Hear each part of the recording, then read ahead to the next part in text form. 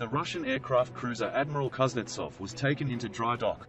Alexei Rachmanov, general manager of United Shipbuilding Corporation, announced that the Russian heavy aircraft carrier Admiral Kuznetsov was nevertheless taken to dry dock for repairs with a one-week delay. Initially, the cruiser was supposed to undergo repairs in mid-May, but due to adverse weather conditions, the dates were delayed by a week. The docking operation, Kuznetsov, has been successfully completed, said Alexei Rachmanov, general manager of the United Shipbuilding Company. The company that prepared the shipyard could not complete the giant key for the Russian aircraft carrier, Kuznetsov, in a year and a half. Therefore, they had to pump the water almost by hand. The dock repair is scheduled to be completed by the end of 2022, provided the work is done in accordance with the approved schedule, but the Russian warship will be able to return to service by the end of 2023. 35. The construction of a giant dry dock, which took more than a year at the Sevmorput shipyard, could not be completed despite all efforts, and they brought their only aircraft carrier, Admiral Kuznetsov, to this dry dock to continue repairs. The Russian heavy aircraft carrying cruiser, Admiral Kuznetsov, took part in the military operation in Syria, but after that he had to abandon repairs that have lasted to this day due to a series of emergencies on the aircraft carrier. In particular, it was known that earlier a crane fell on the deck of the cruiser and a fire broke out on the ship. The Russians are in such a hurry to continue the repair of the ships of fate that they forgot to build a seal for the dock. Such a rush will not help the Kremlin carry out its plan, but at least it will return Kuznetsov to the Russian Navy by the end of 2023. The Russians want to use this structure to repair other large ships of the Northern Fleet. But what they will get as a result, it is not entirely clear. The Russian Navy drove their giant ship into an unfinished dry dock without a seal. And they will need at least 3 months to pump the water. It is also unclear what the Kremlin relied on in the Kuznetsov case. Western sanctions have already begun to hit Russia's defense industry, including shipbuilding companies. Therefore, there is a high probability that the shipyard will never deliver Kuznetsov to the Russian Navy.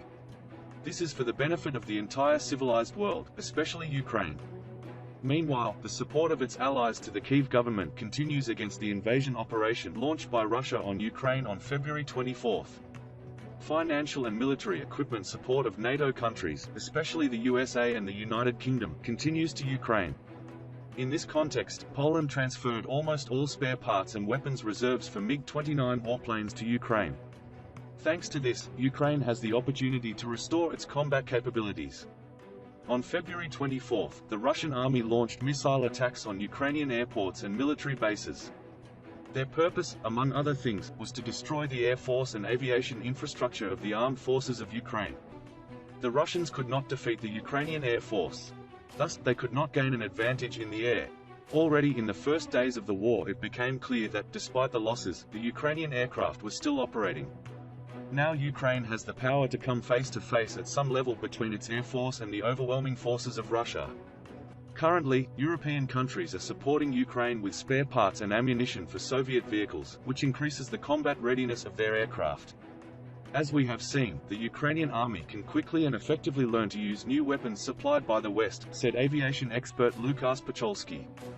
British Defence Minister Ben Wallace recently made a statement saying that the government is ready to support countries that want to deliver their warplanes to Ukraine. The thing is that Britain is ready to support countries with Soviet-style aircraft and deliver them to Ukraine. These are Poland, Slovakia and Bulgaria. According to a breaking information, Portugal has sent a military-equipped aircraft to the Ukrainian armed forces. Portugal will provide Ukraine with all the military support it can provide. This was highlighted by Portuguese Prime Minister Antonio Costa at a joint briefing with President Volodymyr Zelensky in Kiev. We sent military support. It was a non-lethal weapon that was previously non-lethal, but within the framework of the investigations sent to Ukraine, and it was a lethal weapon within our means, because at the moment we do not have all the resources that Ukraine needs, he said. Costa added that the work on military support will continue. At the moment, a military-equipped plane is coming to Poland, which will be sent to Ukraine in line with special requests, he said. According to the Prime Minister, Portugal is happy to respond to the request of Ukrainian President Volodymyr Zelensky. As for specific requests, we check the availability of such resources. Everything we can give Ukraine will be provided, he said. Portugal will also provide Ukraine with financial support of up to €250 million. Financial support from Portugal will be provided to Ukraine mainly through the International Monetary Fund, but it is possible to involve other EU member states and multilateral institutions. This was reported by the government portal after the signing of a Memorandum of Understanding on financial support in connection with the aggression of the Russian Federation against Ukraine. The document was signed by Ukrainian Prime Minister Denis Shmyhal and Portuguese Prime Minister Antonio Costa.